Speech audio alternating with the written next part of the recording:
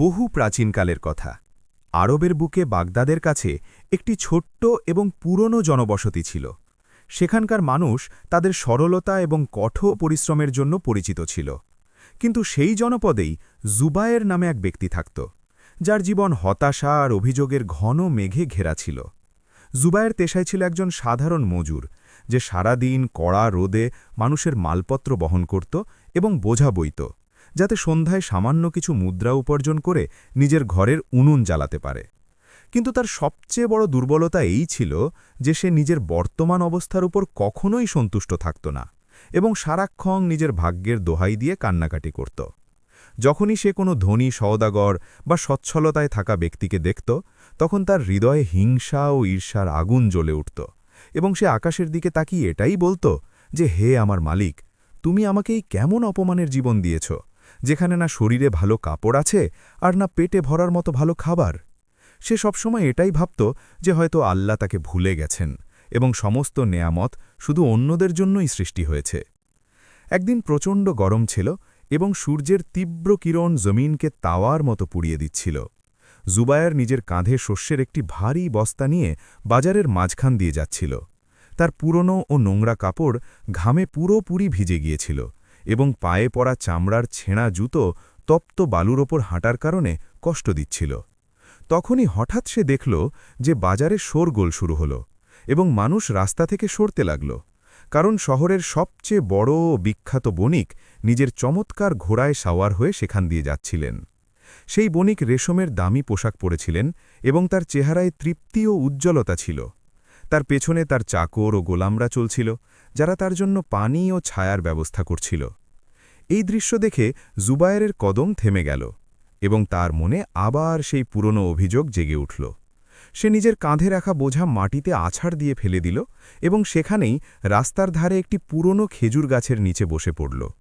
সে রাগ ও দুঃখে নিজের হাত দিয়ে মাথা চেপে ধরল এবং বিড়বিড় করতে লাগল যে শেষ পর্যন্ত আমার কপালেই হোঁচট খাওয়া কেন লেখা আছে?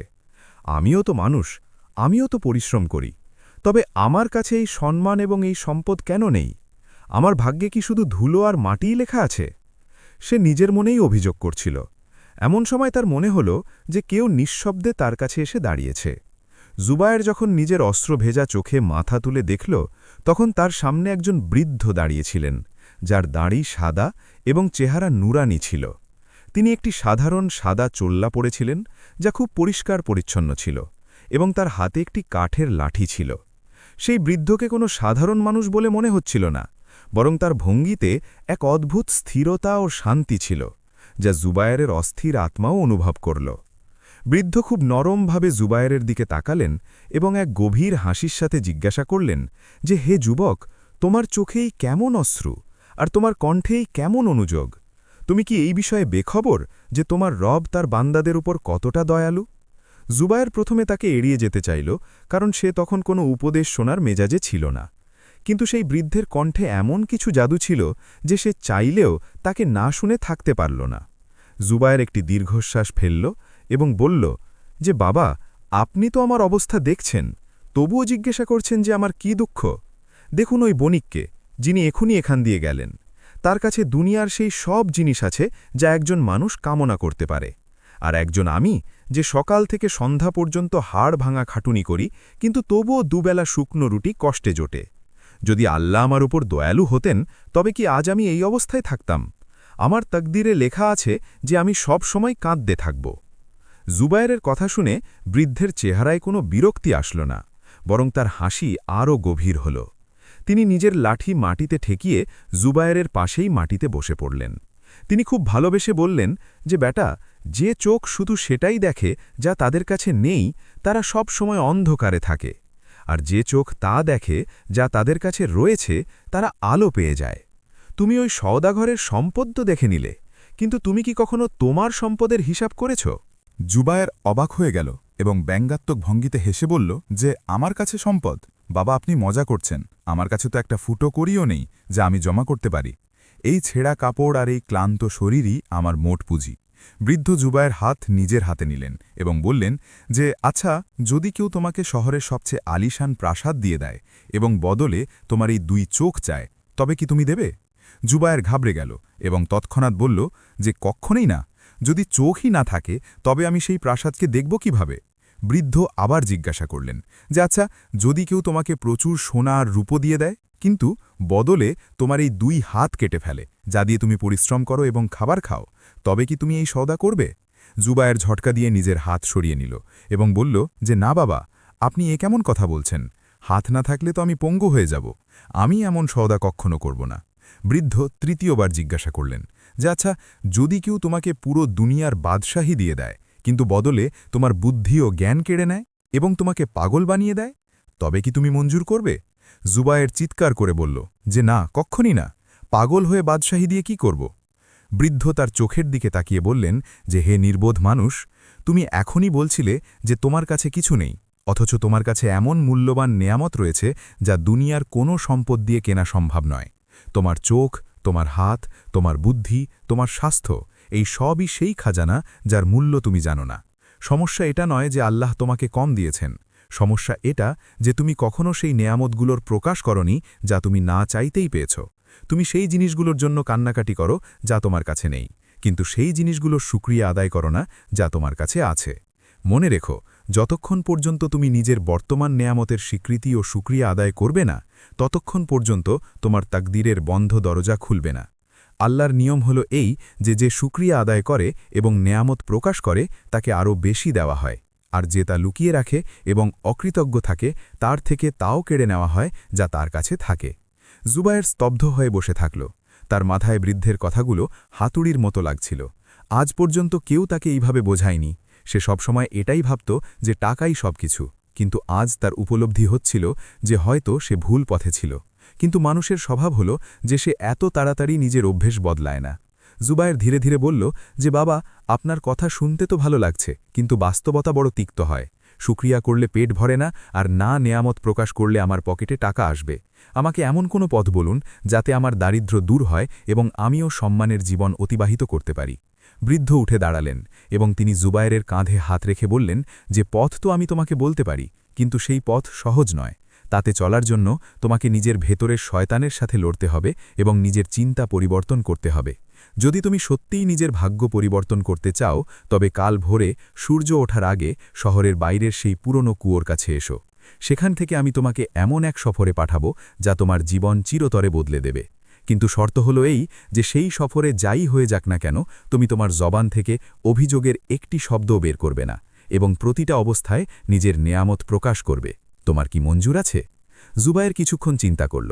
তার মনে হলো হয়তো এটাই সেই সুযোগ যার জন্য সে অপেক্ষা করছিল। সে হ্যাঁ সূচক মাথা নাড়ল। বৃদ্ধ হাসলেন এবং ভিড়ের মাঝে কোথাও মিলিয়ে গেলেন, যেন তিনি সেখানে ছিলেনই না। জুবায়ের সেখানে অনেকক্ষণ বসে থাকল। তার হৃদয়ে আশার এক নতুন কিরণ জেগে উঠেছিল, কিন্তু তার খবর ছিল না যে সেই সফরের জন্য সে হ্যাঁ বলেছে তা কতটা কঠিন ও পরীক্ষার হতে চলেছে। সন্ধ্যা নামলে সে নিজের ঘরের দিকে রওনা হল। আজ তার কদম আগের থেকে কিছুটা হালকা ছিল, কিন্তু তার মনে প্রশ্নের তুফান ছিল যে সেই বৃদ্ধ কে ছিলেন এবং সেটা কোন সফর যা আমার তাকদীর বদলে দিতে পারে। রাতের অন্ধকার ধীরে ধীরে কাটতে শুরু করল এবং আকাশের প্রান্তে ভোরের প্রথম শুভ্রতা দৃশ্যমান হচ্ছিল। জুবায়ের সারা রাত এপাশ ওপাশ করছিল, কারণ সেই বৃদ্ধের কথা এবং আসন্ন সফরের চিন্তা তাকে ঘুমাতে দিচ্ছিল না। যেমনই ফজরের আজানের আওয়াজ বাতাসে প্রতিধ্বনিত হল, জুবায়ের নিজের বিছানা থেকে উঠল এবং নিজের পুরনো জুতো পরে ঘর থেকে বেরিয়ে পড়ল। তার হৃদয়ে ভয় ও আশা উভয়ের মিশ্র অনুভূতি ছিল। সে দ্রুত কদমে শহরের বাইরের সেই জনশূন্য প্রান্তরের দিকে চলল, যেখানে সেই পুরনো কুয়োটি শতাব্দী ধরে নিস্তব্ধ দাঁড়িয়েছিল। বাতাসে ভোলের শীতলতা ছিল, কিন্তু জুবায়েরের কপালে উদ্বেগের ঘাম ছিল। যখন সে কুয়োর কাছে পৌঁছল, দেখল যে সেই বৃদ্ধ সেখানে আগে থেকেই উপস্থিত ছিলেন এবং কুয়োর পাড়ে বসে তাসবিহ পড়ছিলেন। তার চেহারায় সেই পুরনো প্রশান্তি ছিল যা ঝড়ের মাঝেও কোনো প্রদীপের মতো উজ্জ্বল লাগছিল। জুবায়েরকে দেখামাত্র তিনি তাসবিহ থামালেন এবং উঠে দাঁড়ালেন। তিনি কোনো ভূমিকা ছাড়াই নিজের ঝোলা থেকে একটি মাটির বন্ধ পাত্র বের করলেন, যার মুখ কাপড় ও মোম দিয়ে শক্তভাবে সিল করা ছিল। সেই পাত্র দেখতে সাধারণ মনে হচ্ছিল, কিন্তু যখন বৃদ্ধ সেটি জুবায়েরের হাতে দিলেন তা আশার থেকেও অনেক বেশি ভারী ছিল। জুবায়েরের হাত তার ওজনে নিচে ঝুলে গেল। বৃদ্ধ জুবায়েরের চোখের দিকে তাকিয়ে এক গম্ভীর ও ভারী কণ্ঠে বললেন যে হে যুবক, এটাই সেই আমানত যা তোমাকে তোমার গন্তব্যে নিয়ে যাবে। তোমাকে এই পাত্রটি নিয়ে এখান থেকে দূরে ওয়াদি সাবার অর্থাৎ ধৈর্যের উপত্যকা পর্যন্ত যেতে হবে, যা এখান থেকে 3 দিনের পায়ে হাঁটা পথ। রাস্তা অত্যন্ত কঠিন এবং মরুভূমির তপ্ত বালু তোমার পরীক্ষা নেবে, কিন্তু আমার শর্ত মনে রেখো, এই পুরো সফরে তোমার ক্ষুধা লাগুক, তৃষ্ণা তোমাকে তড়পাক কিংবা পায়ে ফোসকা পড়ুক, তোমার জবান থেকে অভিযোগের একটি শব্দও বের হওয়া উচিত নয়। এবং সবচেয়ে গুরুত্বপূর্ণ বিষয় হলো এই যে যখনই তুমি কোনো কষ্টে পড়বে বা কোনো বিপদে ঘেরাও হবে, তখন তোমাকে তোমার বর্তমান নেয়ামতগুলোর জবান দিয়ে প্রকাশ করতে হবে। তোমাকে উচ্চস্বরে বলতে হবে যে, হে আল্লাহ, তোমার শুকরিয়া যে তুমি আমাকে এই নেয়ামত দিয়েছ। যদি তুমি একবারও অভিযোগ করো বা এই পাত্রটি মাটিতে রাখো, তবে তোমার সফর সেখানেই শেষ হয়ে যাবে এবং তুমি আবার তোমার সেই পুরনো লাঞ্ছনা ভরা জীবনে ফিরে যাবে। জুবায়ের ভয়ে ভয়ে জিজ্ঞাসা করল যে, বাবা, এই পাত্রে কি আছে যা এত ভারী? বৃদ্ধ কড়াকড়িভাবে বললেন যে, প্রশ্ন করো না, শুধু এটাকে নিজের প্রাণের চেয়ে বেশি আগলে রাখো। এটা তোমার বোঝাও বটে আর তোমার পরীক্ষাও। এখন যাও, আল্লাহ তোমার রক্ষক হন। জুবায়ের সেই ভারী পাত্রটি নিজের কাঁধে রাখল এবং ভারী কদমে সাহারার দিকে চলতে লাগল। শুরুতে আবহাওয়া মনোরম ছিল এবং জুবায়েরের মনোবল তুঙ্গে ছিল। সে মনে মনে ভাবছিল যে মাত্র 3 দিনেরই তো কথা, আমি সহ্য করে নেব এবং তারপর আমার ভাগ্য বদলে যাবে। কিন্তু যেমন যেমন সূর্য আকাশে চড়তে লাগল, বালু তপ্ত হতে থাকল এবং বাতাসের শীতল ঝাপটা লু হাওয়ায় পরিণত হতে লাগল। দুপুর হতে হতে জুবায়েরের অবস্থা খারাপ হতে লাগল। সেই মাটির পাত্র যা সকালে তুলেছিল, এখন মনে হচ্ছিল কয়েক মনের বোঝা। তার কাঁধে তীব্র বাধা উঠছিল আর গলা তৃষ্ণায় কাঁটার মতো বিঁধছিল। তার পুরনো অভ্যাসের মন চিৎকার করে বলছিল যে, ফেলে দাও এই পাথরের মতো বোঝা, কেন নিজের প্রাণ বিপন্ন করছ? কিন্তু তখনই তার বৃদ্ধের শর্ত মনে পড়ল। সে হোঁচট খেল এবং পড়েই যাচ্ছিল। ঠিক তখনই তার নজর একটু দূরে একটি ঝোপের নিচে বসে থাকা এক ব্যক্তির ওপর পড়ল। জুবায়ের ভাবল হয়তো সেখানে পানি পাওয়া যাবে। সে ঘষ্টে ঘষ্টে সেখানে পৌঁছল, কিন্তু দৃশ্য দেখে তার লোম খাড়া হয়ে গেল। সেই পঙ্গু ব্যক্তি জুবায়েরকে দেখল এবং হাসল। সে পাশে রাখা একটি ভাঙা পেয়ালা থেকে চুমুক দিয়ে পানি খেল এবং আকাশের দিকে তাকিয়ে বলল যে, হে আল্লাহ, তোমার শুকরিয়া যে তুমি আমাকে হাত দিয়েছ যা দিয়ে আমি পানি খেতে পারছি, না হলে আজ আমি তৃষ্ণার্ত হয়েই মরে যেতাম। এটা শুনে জুবায়ের যেন এক ঝটকা খেল। তার পায়ে ব্যথা ছিল, ফোসকা পড়েছিল, কিন্তু তার কাছে পা তো ছিল, সে হাঁটতে তো পারছিল। সে নিজের জবানকে কষানো দাঁতের মাঝখানে চেপে ধরল যাতে অভিযোগ বেরিয়ে না আসে, এবং তারপর বৃদ্ধের হুকুম মনে করে প্রথমবার নিজের অভ্যাসের বিরুদ্ধে গিয়ে জোরে বলল যে, হে আল্লাহ, তোমার শুকরিয়া যে তুমি আমাকে সুস্থ পা দিয়েছ, যার দ্বারা আমি নিজের গন্তব্যের দিকে এগোচ্ছি। যেমনই সে এই শব্দগুলো বলল, সে নিজের ভেতরে এক অদ্ভুত শক্তি অনুভব করল, যেন তার কাঁধের বোঝা কিছুটা হালকা হয়ে গেল। কিন্তু সফর এখনও শেষ হয়নি, বরং শুরু হয়েছিল। সন্ধে হতে হতে জুবায়েরের ধৈর্য জবাব দিতে লাগল। তার কাছে যে সামান্য পানি ছিল তা শেষ হয়ে গিয়েছিল। ক্ষুধায় তার নাড়িভুড়ি কুঁকড়ে যাচ্ছিল। অন্ধকার ঘনিয়ে আসছিল এবং সাহারার নিস্তব্ধতা তাকে ভয় দেখাতে শুরু করল। সে একটি বালির ঢিবির ওপর বসে পড়ল। তার মনে আবার শয়তান কুমন্ত্রণা দিল যে, জুবায়ের, তুমি পাগল, ওই বৃদ্ধ নিশ্চয়ই কোনো জাদুকর বা প্রতারক হবে। ভালোই তো, এত কষ্ট দিয়ে কারোর কি তকদির বদলায়? এই পাত্রে নিশ্চয়ই বালি ভরা আছে, এটাকে ভেঙে ফেলো এবং ফিরে যাও। রাগ আর ক্ষুখার কারণে জুবায়েরের চোখে জল এসে গেল। সে প্রায় কেঁদেই ফেলছিল। এমন সময় সে দূর থেকে নেকড়েদের ডাক শুনতে পেল। আতঙ্ক তার শরীরকে হিম করে দিল। এখন সে নিজের প্রাণের কথা চিন্তা করতে লাগল।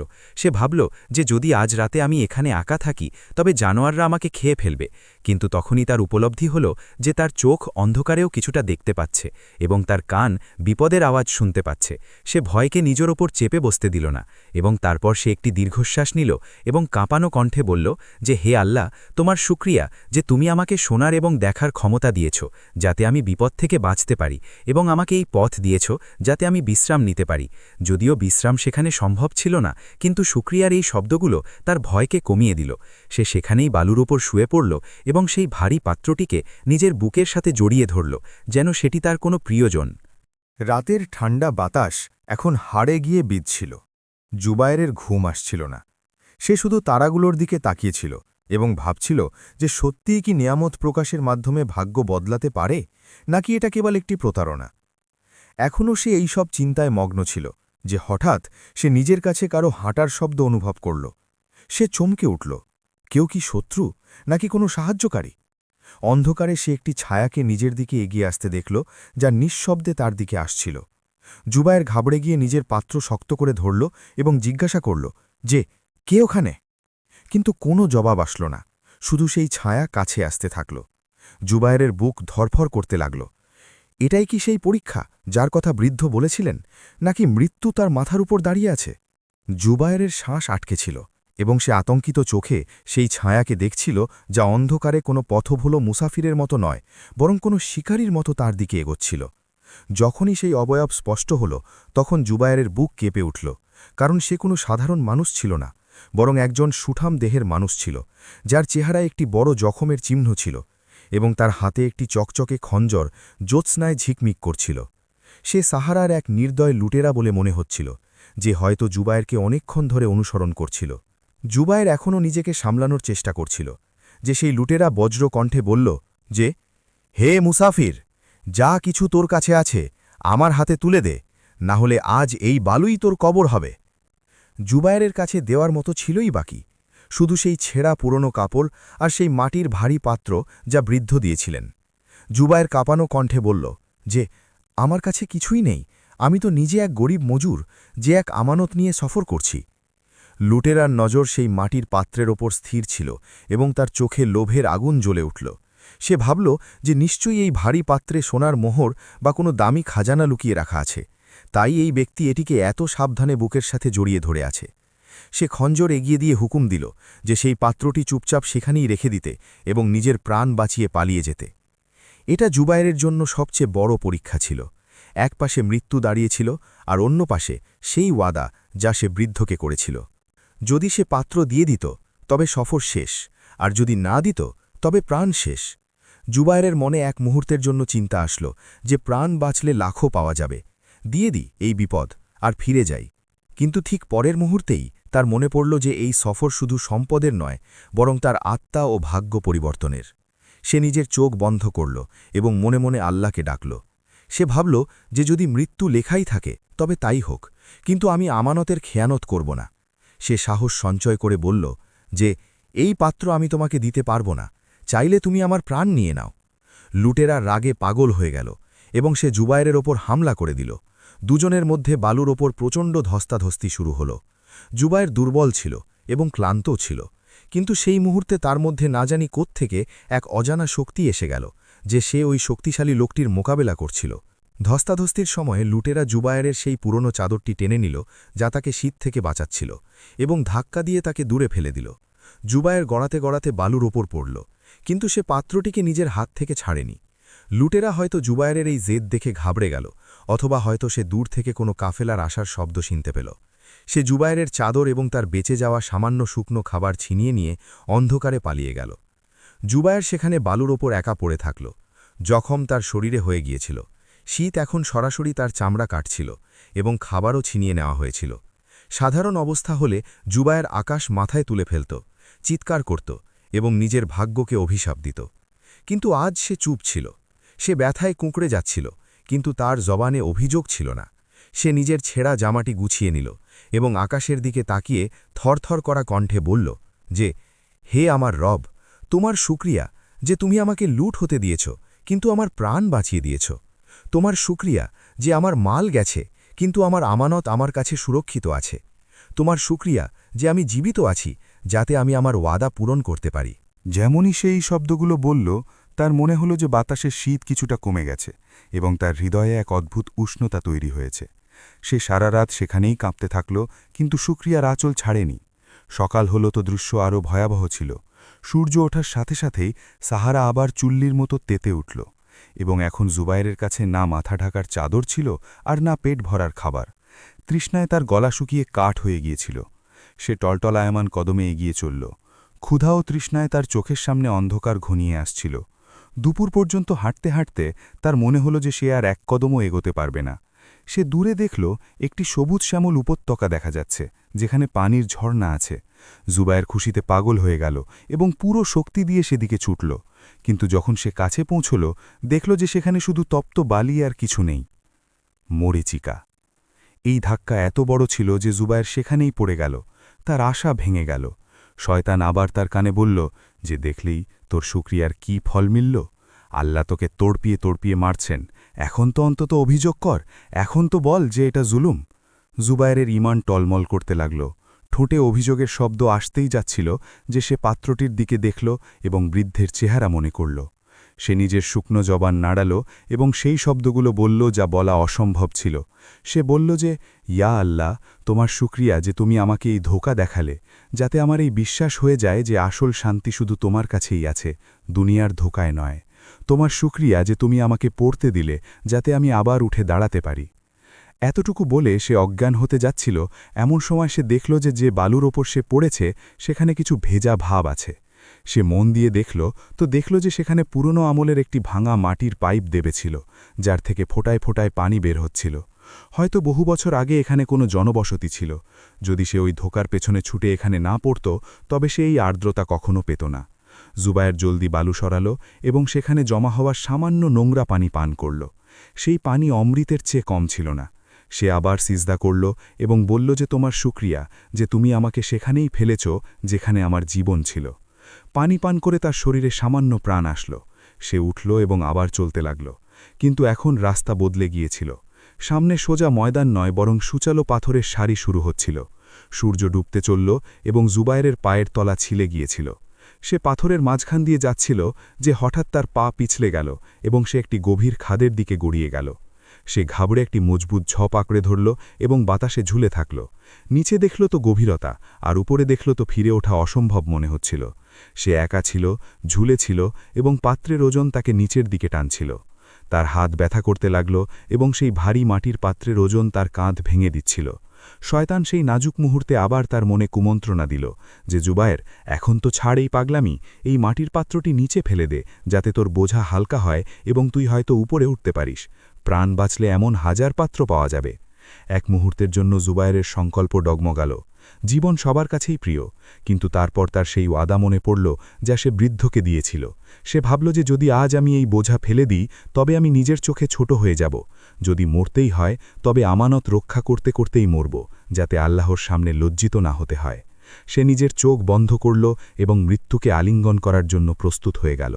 কিন্তু চিৎকার করার বা কাঁদার বদলে সে নিজের অভ্যেস অনুযায়ী শুকরিয়া আদায় করতে শুরু করল। সে কাঁপানো ঠোঁটে বলল যে, ইয়া আল্লাহ, তোমার শুকরিয়া যে তুমি আমার হাতে এখনও এতটা শক্তি বজায় রেখেছ যে আমি ঝুলে আছি। তোমার শুকরিয়া যে তুমি আমাকে পড়ার আগে সামলানোর একটি সুযোগ দিলে, যাতে আমি তোমাকে স্মরণ করতে পারি। এখন তোমার যা ইচ্ছা, আমাকে বাঁচাও অথবা নিজের কাছে ডেকে নাও, আমি রাজি আছি। এখনও সে এই কথা বলছিলই যে ঝোপের শেষ শিকড়টি ভেঙে গেল এবং জুবায়ের নিচের দিকে পিছলে গেল।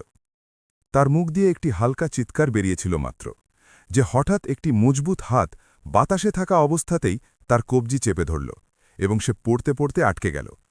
জুবায়ের অবাক হয়ে উপরে তাকিয়ে দেখল যে একজন মুখোশধারী ব্যক্তি পাহাড়ের কিনারায় শুয়ে আছেন, যিনি নিজের হাত নিচে বাড়িয়ে তাকে ধরে রেখেছিলেন। সেই ব্যক্তি কোনো ফেরেশতা ছিলেন না, বরং একজন সাধারণ মরু মুসাফির বলে মনে হচ্ছিল। সেই মুসাফির পুরো শক্তি দিয়ে জুবায়েরকে উপরে টেনে নিলেন। জুবায়ের হাঁপাতে হাঁপাতে মাটিতে পড়ে গেল। তার শ্বাস ফুলে উঠেছিল এবং শরীর কাঁপছিল। যখন সে নিজেকে সামলাল, তখন দেখল যে সেই মুসাফির খামোশি করে নিজের আসবাবপত্র বাঁধছিল। জুবায়ের গভীর কৃতজ্ঞতার সাথে বলল যে, ভাই, তোমার অনেক অনেক শুকরিয়া, তুমি আমার প্রাণ বাঁচিয়ে দিলে। যদি তুমি না আসতে, তবে আজ আমার কাহিনী শেষ হয়ে যেত। সেই মুসাফির নেকাবের আড়াল থেকে গভীর কণ্ঠে বলল যে, শুকরিয়া আমার নয়, সেই সত্তার আদায় করো যিনি আমাকে ঠিক সেই মুহূর্তে এখান দিয়ে পার করালেন যখন তুমি পড়ে যেতে ধরেছিলে। আমি তো নিজের পথে যাচ্ছিলাম যে কারো পড়ে যাওয়ার শব্দ শুনতে পেলাম। তারপর সেই মুসাফিরের নজর জুবায়েরের গলায় ঝলানো সেই মাটির ভারী পাত্রের উপর পড়ল। সে অবাক হয়ে জিজ্ঞাসা করল যে, হে নির্বোধ মানুষ, যখন তুমি মৃত্যুর মুখে ছিলে, তখন তুমি এই অকেজো মাটির পাত্রটি কেন ফেলে দিলে না? এটি তোমার প্রাণ বিপন্ন করে তুলেছিল। জুবায়ের পাত্রের উপর হাত বুলিয়ে বলল যে, এটি শুধু মাটির পাত্র নয়, এটি আমার পরীক্ষা এবং আমার আমানত। যদি আমি এটি ফেলে দিতাম, তবে হয়তো আমার প্রাণ বেঁচে যেত, কিন্তু আমার ঈমান মরে যেত। মুসাফির জুবায়েরের চোখের দিকে দেখল এবং কিছুক্ষণ চুপ থাকল। তারপর বলল যে, তোমার কথায় সত্যের সুবাস আছে। মনে হয় তুমি কোনো বড় গন্তব্যের মুসাফির। এসো আমার সাথে, আমিও সেই দিকেই যাচ্ছি যেখানে রাস্তা শেষ হয়। জুবায়ের সেই অজানার সাথে চলতে লাগল। সেই ব্যক্তি পথে একটি শব্দও বলল না, শুধু চুপচাপ চলতে থাকল। সারা রাত তারা দুজনে চলল এবং যখন তৃতীয় দিনের সূর্য উঠল, তখন তারা এক অদ্ভুত জায়গায় পৌঁছে গেল। সামনে একটি সংকীর্ণ উপত্যকা ছিল, যা দুটি উঁচু পাহাড়ের মাঝে ছিল। কিন্তু সেখানে কোনো সবুজ ঘাস বা ফুল ছিল না, বরং সব দিকে শুকনো কাঁটাযুক্ত গাছ আর ধারালো পাথর ছিল।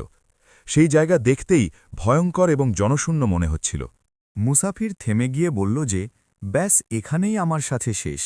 সামনে যে জায়গা তুমি দেখছ, এটাই সেই ওয়াদিয়ে সবর, যার ঠিকানা তুমি জিজ্ঞাসা করছিলে। কিন্তু মনে রেখো, এই উপত্যকায় প্রবেশ করা সহজ, তবে এখান দিয়ে যাওয়া আগুনের নদীর ওপর দিয়ে যাওয়ার মতো। জুবায়ের অবাক হয়ে জিজ্ঞাসা করল যে, এটাই কি সেই জায়গা? বৃদ্ধ তো বলেছিলেন যে এখানে আমার তকদির বদলাবে, কিন্তু এটা তো কোনো জাহান্নামের চেয়ে কম মনে হচ্ছে না। মুসাফির যাওয়ার আগে বলল যে, তকদির ফুলের বিছানায় বদলায় না বন্ধু, তা কাঁটার ওপর দিয়ে হেঁটেই বদলায়।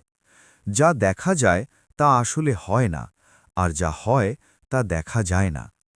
এই কথা বলে সেই মুসাফির ফিরে গেল এবং দেখতে দেখতে বালির ঢিবির আড়ালে মিলিয়ে গেল, যেন সে কখনো সেখানে ছিলই না। জুবায়ের এখন সেই ভয়ঙ্কর উপত্যকার প্রবেশপথে একা দাঁড়িয়েছিল। তার পা ফেটে গিয়েছিল, শরীর ক্লান্ত ছিল এবং সামনে কাঁটার জঙ্গল। সে ভাবল যে, আমি কি ফিরে যাব? সেই বৃদ্ধ কি আমাকে ধোঁকা দিলেন? কিন্তু এখন ফেরার পথও বন্ধ হয়ে গিয়েছিল। সে একটি গভীর দীর্ঘশ্বাস নিল এবং তারপর সেটাই করল যা সে গত দুদিনে শিখেছিল। সে কাঁটাগুলোকে দেখে বলল যে, ইয়া আল্লাহ, তোমার শুকরিয়া যে তুমি আমাকে গন্তব্য পর্যন্ত পৌঁছালে, তা সে দেখতে যেমনই হোক। তোমার শুকরিয়া যে তুমি আমার জন্য এই কাঁটা বিছিয়েছ, যাতে আমি সাবধানে চলা শিখতে পারি। যেমনই সে প্রথম কদম সেই উপত্যকায় রাখল, একটি কাঁটা তার জুতো চিরে তার তলায় ঢুকে গেল। ব্যথার এক লহরী তার শরীরে বয়ে গেল, রক্ত বের হতে লাগল, কিন্তু জুবায়ের থামল না। সে ব্যথা সহ্য করে এগিয়ে যেতে থাকল। প্রতিটি কদমে একটি নতুন কষ্ট ছিল। চারপাশ থেকে ঝোপঝাড় তার কাপড় ছিঁড়ে দিচ্ছিল, কিন্তু আশ্চর্যের বিষয় এই ছিল যে যত বেশি তার ব্যথা হতো, সে তত জোরে আলহামদুলিল্লাহ বলত। দুপুর হতে হতে সে উপত্যকার মাঝখানে পৌঁছে গেল, যেখানে রোদ সরাসরি মাথায় পড়ছিল। সেখানে সে একটি পুরনো আর ধ্বংসস্তূপের মতো ছোট ঘর দেখতে পেল, যার দরজা ভাঙা ছিল। জুবায়ের টলটে টলটে সেই ঘরের দিকে এগোল, যে হয়তো সেখানে কিছুটা ছায়া পাওয়া যাবে। যখন সে ভেতরে প্রবেশ করল, দেখল যে সেখানে মাটিতে একটি পাটি বিছানো আছে এবং তার ওপর সেই সাদা দাড়িওয়ালা বৃদ্ধ বসে হাসছিলেন, যিনি তাকে এই পাত্র দিয়েছিলেন। জুবায়ের তাকে দেখে অবাক হয়ে গেল। তিনি তো তার আগেই এখানে পৌঁছে গিয়েছিলেন। জুবায়ের রাগ আর ব্যথায় কাঁদতে লাগল এবং বলল যে, বাবা, আপনি আমার সাথে কেমন মজা করলেন? আমি মরতে মরতে বেঁচেছি, আমি ডাকাতদের মোকাবিলা করেছি, পাহাড় থেকে পড়ে গিয়েছি, ক্ষুধা ও তৃষ্ণায় তোড়পেছি, এবং এখন এই কাঁটাগুলো আমাকে রক্তাক্ত করে দিয়েছে, আর আপনি এখানে আরামে বসে আছেন? এটাই কি সেই তাকদীর যা বদলানোর কথা ছিল? আমি তো আগের চেয়েও খারাপ অবস্থায় আছি। বৃদ্ধ নরম স্বরে বললেন যে, সবর করো বেটা, আগে এটা বলো যে সেই আমানত কি সালামত আছে? জুবায়ের রাগে সেই ভারী মটকাটি তার সামনে মাটিতে রাখল এবং বলল যে, এই নিন আপনার আমানত। এই অপয়া পাত্রের কারণে আমার জান যাওয়ার জোগাড় হয়েছিল। বৃদ্ধ বললেন যে, এখন এই পাত্রের মুখ খোল এবং দেখ যে তুমি কোন জিনিসের জন্য এত কষ্ট সহ্য করলে। জুবায়ের বিরক্ত হয়ে একটি পাথর নিল এবং সেই পাত্রের সিল ভেঙে দিল আর ঢাকনা সরিয়ে দিল। যেমনই সে ভেতরে উঁকি দিল, অমনি সে আতঙ্কে পিছিয়ে গেল। তার চোখ ছানা বড়া হয়ে গেল। সেই পাত্রে না সোনা ছিল, না রূপো, আর না কোনো হিলে জহরত। সেই পাত্র ভেতর থেকে একদম খালি ছিল, শুধু বালি ভরা ছিল, আর তার ওপরে একটি ছোট কাগজের টুকরো রাখা ছিল। জুবায়েরের মাথা ঘুরে গেল। সে সেই বালি মুঠো ভরে নিয়ে মাটিতে ছুঁড়ে ফেলল এবং চিৎকার করে বলল যে, বালি, শুধু সামান্য বালি? আমি এই বালির জন্য নিজের প্রাণ বিপন্ন করলাম। আমি 3 দিনের আযাব সহ্য করলাম শুধু এই অকেজো মাটির জন্য। আপনি আমাকে ধোঁকা দিয়েছেন বাবা, আপনি আমার আবেগের সাথে খেলেছেন। সে হাঁটু গেড়ে বসে কাঁদতে লাগল। তার সমস্ত হিম্মত জবাব দিয়েছিল। তার মনে হল দুনিয়ায় তার চেয়ে বড় হতভাগা আর কেউ নেই। বৃদ্ধ নিজের জায়গা থেকে উঠলেন এবং জুবায়েরের কাছে এসে বসলেন। তিনি সেই কাগজের টুকরোটি তুললেন যা পাত্রে ছিল এবং বললেন যে, নির্বোধ মানুষ, তুমি পাত্রে ভরা বালি দেখছ, কিন্তু তুমি তা দেখছ না যা তুমি এই সফরে কামিয়েছ। একটু মন দিয়ে পড়ো এই কাগজে কি লেখা আছে। জুবায়ের অশ্রুভেজা চোখে সেই কাগজটি নিল। তাতে পুরনো লেখায় শুধু একটি বাক্য লেখা ছিল, যা পড়তেই জুবায়েরের কান্নার আওয়াজ থেমে গেল এবং চারদিকে নিস্তব্ধতা ছেয়ে গেল। জুবায়েরের হাত কাঁপছিল এবং তার নজর সেই ছোট কাগজের টুকরোটিতে স্থির ছিল, যা সেই বালির স্তূপের ওপর রাখা ছিল। সেই কাগজে কোনো কালিতে নয়, বরং সম্ভবত জাফরান আর গোলাপের পানি দিয়ে লেখা হয়েছিল, এবং সেই শব্দগুলো কিছুটা এরকম ছিল যে আসল বোঝা এই পাত্রের ছিল না, বরং তোর সেই অভিযোগগুলোর ছিল, যা তুই বছরের পর বছর নিজের হৃদয়ে লালন করে রেখেছিলি। যে ব্যক্তি মাটির বোঝার উপরও শুকরিয়া আদায় করে, আল্লাহ তাকে সোনার বোঝা তোলার যোগ্য বানিয়ে দেন। জুবায়ের সেই বাক্যটি বারবার পড়ল, কিন্তু তার রাগ কমছিল না। সে কাঁদতে কাঁদতে সেই কাগজ মাটিতে ছুঁড়ে ফেলল এবং বৃদ্ধের দিকে তাকিয়ে চিৎকার করল যে, বাবা, আমার এই দার্শনিক কথা দিয়ে কি কাজ? আমার দর্শন চাই না, আমার রুটি চাই। আমার সেই সম্পদ চাই যা দিয়ে আমি আমার দারিদ্র্য দূর করতে পারি। আপনি আমাকে শেখালেন শুকরিয়া করো। আমি করেছি। আমি প্রতিটি বিপদে শুকরিয়া করেছি, কিন্তু পেলাম কি? শুধু বালি। এই বালি কি আমার বাচ্চাদের পেট ভরবে? এই বালি কি আমার শরীরের ক্ষত সারাবে? জুবায়েরের দুঃখ এখন উন্মাদনার রূপ ধারণ করেছিল। সে সেখানে ছড়িয়ে থাকা বালি মুঠো ভরে ভরে বাতাসে ওড়াতে লাগল, যেন সে নিজের তকদিরকে উড়িয়ে দিচ্ছে। বৃদ্ধ বড় সবর করে তার সেই জেদ শান্ত হতে দিলেন। যখন জুবায়ের ক্লান্ত হয়ে মাটিতে পড়ে গেল এবং ডুকরে কাঁদতে লাগল, তখন বৃদ্ধ তার মাথায় হাত বুলিয়ে দিলেন এবং বললেন যে, জুবায়ের, একটু নিজের বন্ধ চোখ খোল আর পেছনে তাকিয়ে দেখ যে তুই কে। 3 দিন আগে তুই সেই জুবায়ের ছিলি যে 2 গজের বস্তা তুললেও দুনিয়া জুড়ে কান্নাকাটি করত, যে সামান্য রোদ লাগলে আল্লাহর কাছে অভিযোগ করত। কিন্তু আজ দেখ তুই কোথায় বসে আছিস। তুই সেই সাহারা পার করে এসেছিস, যেখানে বড় বড় বীররা দম ছেড়ে দেয়। তুই লুটেরার মোকাবিলা করেছিস, যাকে পুরো এলাকা ভয় পায়। তুই মৃত্যুর চোখের দিকে তাকিয়ে দেখেছিস এবং হেসেছিস। এই সব কি সেই পুরনো দুর্বল জুবায়ের করতে পারত? জুবায়ের মাথা তুলল এবং ভাবল, কথাটা তো ঠিক। তার শরীরে কষ্ট অবশ্যই ছিল, কিন্তু তার ভেতরে এমন এক শক্তি অনুভব হচ্ছিল যা আগে কখনো ছিল না। বৃদ্ধ আগে বললেন যে, বেটা, আমি তোকে সরাসরি সোনারূপো দিতে পারতাম, কিন্তু যদি আমি তোকে তখন সম্পদ দিতাম যখন তোর হৃদয় ময়লা ছিল এবং তোর জবানে অভিযোগ ছিল, তবে সেই সম্পদ তোকে বরবাদ করে দিত। তুই সেই টাকা নিয়েও খুশি হতে পারতি না, কারণ তোর স্বভাবের মধ্যে অকৃতজ্ঞতা ছিল। আল্লাহ তোকে দিয়ে এই সফর এজন্য করাননি যে তিনি তোকে কষ্ট দিতে চেয়েছিলেন, বরং এজন্য করিয়েছেন যাতে তোর ভেতরের অভিযোগ মরে যায় এবং শুকরিয়া জন্ম নেয়। এই পাত্রে ভরা বালি তো শুধু এক বাহানা ছিল। আসল উদ্দেশ্য তো তোকে এটা শেখানো ছিল যে যখন মানুষের কাছে কিছু থাকে না, তখনও তার কাছে তার সবর আর তার রব থাকে। বৃদ্ধের কথাগুলো এখন সরাসরি জুবায়েরের হৃদয়ে পৌঁছে যাচ্ছিল। সে অনুভব করল যে গত 3 দিনে যখনই সে আলহামদুলিল্লাহ বলেছে, তার হৃদয়ের বোঝা হালকা হয়েছে। সে জিজ্ঞাসা করল, যে তবে কি বাবা আমার পরীক্ষা শেষ হয়ে গেল? এখন কি আমি ফিরে যাব? বৃদ্ধ হেসে বললেন যে, না, এখনও তো আসল দরজা খুলেছে। তুই মাটির বোঝাকে আমানত মনে করে তুলেছিস এবং তার উপর শুকরিয়া করেছিস। এখন সময় হয়েছে যে তুই এই মাটির হাকিকতকে জানো। বৃদ্ধ ইশারা করলেন যে সেই ছড়িয়ে থাকা বালি আবার সেই পাত্রে ভরো। জুবায়ের কোনো প্রশ্ন ছাড়াই তেমনটা করল। যখন সমস্ত বালি আবার পাত্রে ভরে গেল, তখন বৃদ্ধ নিজের ঝোলা থেকে চামড়ার একটি পানির মস্ক বের করলেন এবং সেই বালির ওপর সামান্য পানি ছিটালেন এবং জুবায়েরকে বললেন যে এখন এই ভেজা মাটি নিজের হাত দিয়ে মাখো এবং এটি দিয়ে যে কোনো একটি জিনিস তৈরি করো যা তোমার সবচেয়ে বেশি পছন্দ। জুবায়ের অবাক ছিল যে এটি কেমন ছেলেমানুষি, কিন্তু এখন তার হৃদয় বৃদ্ধের ওপর বিশ্বাস করে নিয়েছিল। সে সেই ভেজা মাটি নিল এবং তা মাখতে শুরু করল। যেমন যেমন সে মাটিকে আকার দিচ্ছিল, তার নিজের ছোটবেলার কথা মনে পড়ে গেল, যখন সে মাটির খেলনা তৈরি করত আর খুশি থাকত। সে খুব মন দিয়ে সেই মাটি দিয়ে একটি ছোট ডালিম তৈরি করল, কারণ সে ছোটবেলা থেকে ডালিম খুব পছন্দ করত, যা সে কখনো কিনতে পারত না। যখন মাটির ডালিম তৈরি হয়ে গেল, তখন বৃদ্ধ সেটিকে রোদে রাখতে বললেন। কিছুক্ষণ পর যখন রোদ সেই মাটির ডালিমের ওপর পড়ল, তখন এক অদ্ভুত ঘটনা ঘটল। সেই মাটি শুকিয়ে শক্ত হওয়ার বদলে ধীরে ধীরে নিজের রং বদলাতে লাগল। প্রথমে সেটি খয়েরি ছিল, তারপর লাল হল এবং দেখতে দেখতে তার থেকে একটি আসল সুবাস আসতে লাগল। জুবায়ের নিজের চোখ রগড়াতে লাগল যে এটি আবার কোনো ধোঁকা নয় তো, কিন্তু তা বাস্তব ছিল। সেই মাটির ডালিম এখন একটি আসল, সতেজ এবং রসালো ডালিম হয়ে গিয়েছিল। জুবায়ের ভয় পেয়ে গেল এবং পিছিয়ে গেল। সে বলল যে বাবা, এটি কি? মাটি ফল কিভাবে হয়ে গেল? বৃদ্ধ হেসে উঠলেন এবং বললেন যে এটি জাদু নয় জুবায়ের, এটি বরকত। যখন মানুষ শুকরিয়ার সাথে পরিশ্রম করে এবং আল্লাহর ইচ্ছায় সন্তুষ্ট থাকে, তখন আল্লাহ তার মাটিকেও সোনা এবং তার পরিশ্রমকে ফলে পরিণত করে দেন। তুমি এই মাটিকে ৩ দিন ধরে নিজের ঘাম আর শুকরিয়া দিয়ে সিক্ত করেছ। এটি আর সাধারণ বালি নেই, এখন এটি তোমার সবরের সাক্ষী। দুনিয়ায় মানুষ কাঁধে যে তারা মাটি পেয়েছে, কিন্তু আল্লাহর অলিরা মাটির ওপর শুকরিয়া করে তাকে খাঁটি সোনা বানিয়ে নেয়। জুবায়ের কাঁপানো হাতে সেই ডালিমটি তুলল।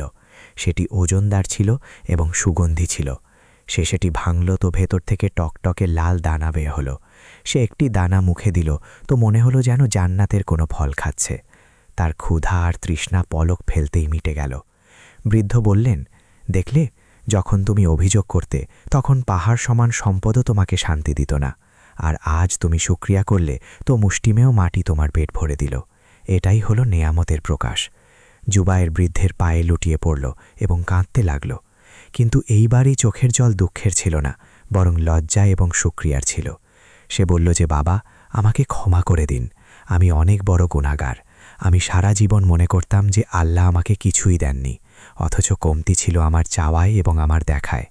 আমি আজ শিখে নিলাম যে নেয়ামত চাইলে পাওয়া যায় না, বরং বিদ্যমান নেয়ামতের কদর করলে পাওয়া যায়। বৃদ্ধ তাকে তুললেন এবং জড়িয়ে ধরলেন আর বললেন যে এখন তোমার হৃদয় পরিষ্কার হয়ে গেছে। এখন তুমি সেই খাজানার হকদার যা আমি বছরের পর বছর ধরে সামলে রেখেছিলাম, কিন্তু সেই খাজানা এখানে নেই। জুবায়ের জিজ্ঞাসা করল যে তবে কোথায় সেই খাজানা? বৃদ্ধ উপত্যকার শেষ প্রান্তের দিকে ইশারা করলেন, যেখানে একটি পুরনো বন্ধ দরজা পাথরের গায়ে খোদাই করা ছিল।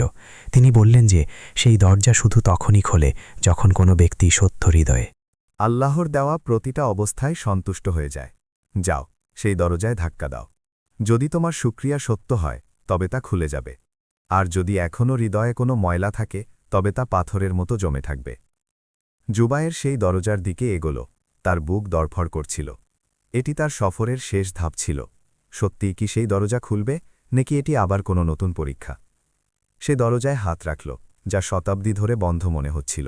সে চোখ বন্ধ করল এবং হৃদয়ের গভীর থেকে বলল যে ইয়া আল্লাহ, যদি ওপাশে কিছু নাও থাকে তবুও আমি সন্তুষ্ট, আর যদি খাজানা থাকে তবুও আমি তোমার শুকরিয়া আদায় করব।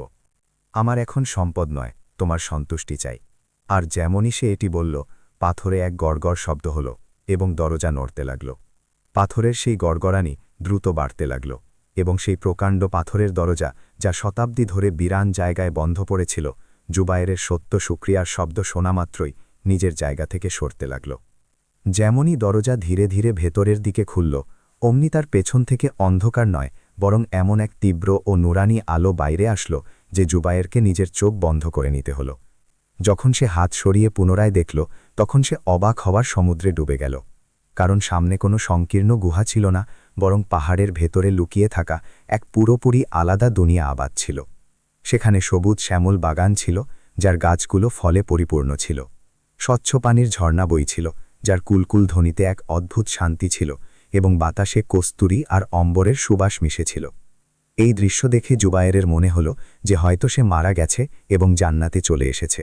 কিন্তু তখনই বৃদ্ধ তার হাত ধরে তাকে ভেতরে টানলেন এবং বললেন যে এসো জুবায়ের, এটি জান্নাত নয়, বরং এটি দুনিয়ারই সেই অংশ যাকে আল্লাহ অকৃতজ্ঞদের নজর থেকে লুকিয়ে রেখেছেন এবং শুকরিয়া আদায়কারীদের জন্য সুরক্ষিত রেখেছেন।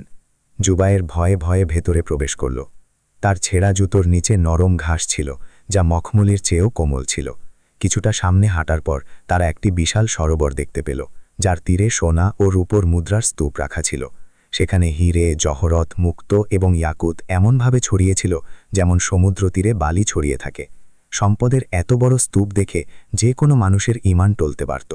সেই জুবায়ের, যে 4 দিন আগে একটি মুদ্রার জন্য রোদে মরে যাচ্ছিল, আজ কোটি কোটি সম্পদের সামনে দাঁড়িয়েছিল। কিন্তু আশ্চর্যের বিষয় ছিল এই যে জুবায়েরের চোখে সেই পুরনো লোভী উজ্জ্বলতা ছিল না। সে নিচু হয়ে একটি সোনার হার তুলল। সেটি নিজের হাতে ওজন করল।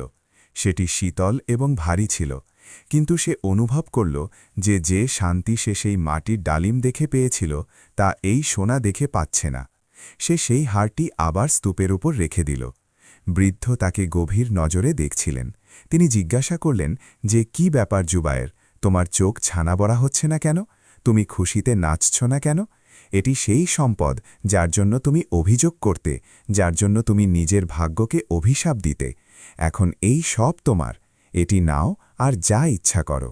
জুবায়ের একটি দীর্ঘ শ্বাস নিল এবং ভেজা চোখে বৃদ্ধের দিকে তাকিয়ে বলল যে, বাবা, সত্যি বলতে আমাকে এই সব এখন পাথরের টুকরো মনে হচ্ছে। আমার হৃদয়ে এখন এগুলোর সেই ব্যাকুলতা নেই।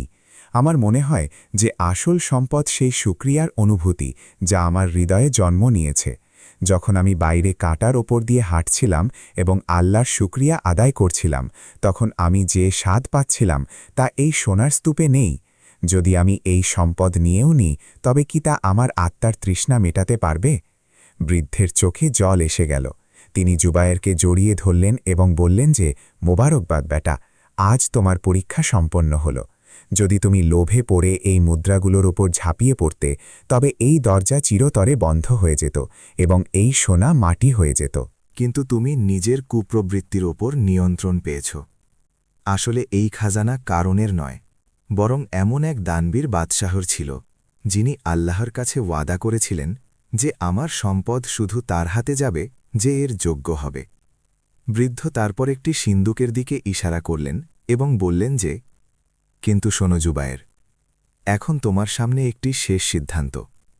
তুমি চাইলে এই সব কিছু এখানেই ছেড়ে এই বাগানে চিরকালের জন্য থেকে যেতে পারো। এখানে না ক্ষুধা আছে, না দুঃখ আছে, আর না দুনিয়ার শোরগোল। তুমি এখানে শান্তির জীবন কাটাতে পারো। অথবা তুমি এই সম্পদের মধ্য থেকে ততটুকু অংশ নিয়ে যেতে পারো যতটুকু তুমি বহন করতে পারো এবং পুনরায় নিজের জনপদে ফিরে যেতে পারো। কিন্তু মনে রেখো, সেখানে সেই পুরনো মানুষেরা আছে, সেই হিংসুটে প্রতিবেশীরা আছে, সেই রোদ আছে এবং সেই কষ্ট আছে।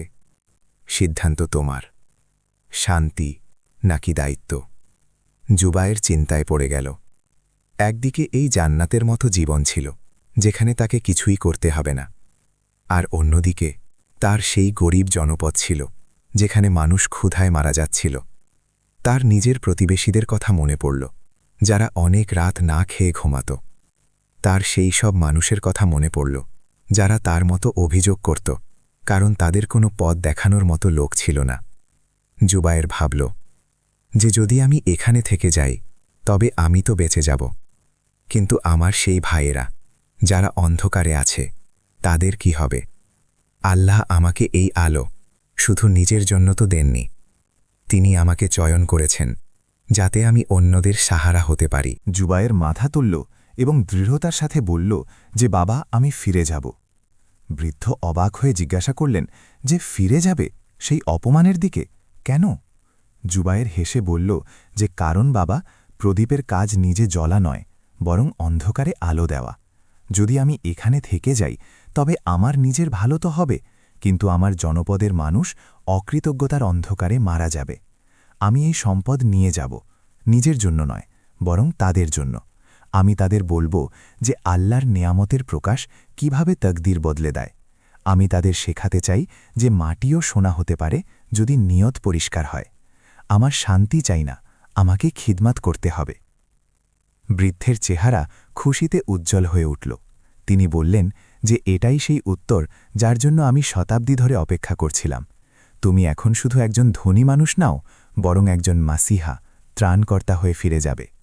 তারপর বৃদ্ধ জুবায়েরকে সাহায্য করলেন এবং তার পুরনো পাত্রে নয়, বরং চমৎকার রেশমি থলিতে সোনার মুদ্রা এবং জহরত ভরলেন। তিনি তাকে কিছু বিশেষ বীজও দিলেন এবং বললেন যে এগুলো এই বাগানের ফলের বীজ, এগুলো তোমার জনপদের জমিতে বুনে দিও। যখন মানুষ শুকরিয়া করা শিখে যাবে, তখন তোমার বন্ধা জমিও এই বাগানের মতো সবুজ হয়ে যাবে। জুবায়ের সেই সম্পদের বোঝা নিজের কাঁধে তুলল, কিন্তু এইবার এই বোঝা তার কাছে ভারী মনে হচ্ছিল না, কারণ তার নিয়ত হালকা ছিল। যাওয়ার আগে সে বৃদ্ধের হাত চুমু খেল এবং জিজ্ঞাসা করল যে, বাবা, আমাদের কি আবার কখনো দেখা হবে? বৃদ্ধ হেসে বললেন যে যখনই তুমি কোনো গরিবের চোখের জল মুছিয়ে দেবে বা কোনো হতাশ মানুষকে শুকরিয়ার পথ দেখাবে, আমাকে সেখানে নিজের কাছে পাবে। আমি অন্য কোথাও নেই, আমি সেই পুণ্য যা প্রতিটি ভালো কাজে বিদ্যমান থাকে। জুবায়ের শেষবারের মতো সেই সুন্দর বাগানটি দেখল এবং তারপর সাহস করে পুনরায় সেই অন্ধকার দরজার দিকে কদম বাড়াল যা তাকে দুনিয়ায় ফিরিয়ে নিয়ে যাওয়ার কথা ছিল। যেমনই সে বাইরে বেরোল, দরজা তার পেছনে চিরতরে বন্ধ হয়ে গেল এবং সেখানে শুধু একটি সাধারণ পাথর থেকে গেল। কিন্তু জুবায়েরের কাছে এখন সেই চাবিকাঠি ছিল যা যে কোনো পাথরকে গলিয়ে দিতে পারে। সে ওয়াদিয়ে সবর থেকে পুনরায় সাহারার দিকে চলল। এখন আর রোদ তাকে পোড়াচ্ছিল না, আর না কাঁটা তাকে বিঁধছিল। তার চলনে বাদশাহাদের মতো গাম্ভীর্য ছিল। সে জানত যে যখন সে জনপদে পৌঁছাবে তখন এক নতুন তুফান আসবে। মানুষ প্রশ্ন করবে, হয়তো অভিযোগও তুলবে যে এই সম্পদ চুরির। কিন্তু জুবের প্রস্তুত ছিল। সে শুধু সোনা নিয়ে যাচ্ছিল না, সে একটি বাটা নিয়ে যাচ্ছিল। ফেরার সফর সব সময় ছোট মনে হয়, কারণ গন্তব্য পাওয়ার পর পায়ে ক্লান্তি থাকে না, বরং একটি নতুন উড্ডয়ন থাকে। জুবের যখন নিজের জনপদে ফিরে প্রবেশ করল, তখন সন্ধ্যার সময় ছিল এবং সেই পুরনো দৃশ্যই ছিল যেখানে মানুষ মোড়ে বসে নিজের নিজের পেরেশানি নিয়ে কান্নাকাটি করছিল। কারো চেহারায় হতাশা ছিল তো কারো কণ্ঠে রাগ। কিন্তু যেমনই তাদের নজর জুবেরের উপর পড়ল, অমনি সময় প্রদাক হয়ে গেল। এটি সেই পুরনো ঝোঁকে থাকা এবং ময়লা জুবের ছিল না, বরং এক ব্যক্তিত্ববান ব্যক্তি ছিল, যার পোশাক পরিষ্কার ছিল এবং চেহারায় এমন জ্যোতি ছিল যেন সে সূর্যের আলো নিজের সাথে নিয়ে এসেছে। তার পেছনে বোঝাই করা ঘোড়া এবং সরঞ্জাম দেখে জনপদবাসীর মধ্যে হইচই পড়ে গেল। মানুষ দৌড়ে আসলো এবং তাকে ঘিরে ধরল। কিছু লোক তো নিচু স্বরে বলতে শুরু করে দিল যে নিশ্চয়ই এ কোথাও চুরি করেছে বা কোনো কাফেলাকে লুট করেছে। কিন্তু জুবের কারও কথার খারাপ মানল না, বরং হেসে সবাইকে সালাম করল। সে সবার আগে সেই জায়গায় গিয়ে নিজের ডেরা জমাল, যেখানে সে কখনো মজুরির অপেক্ষায় বসে থাকত।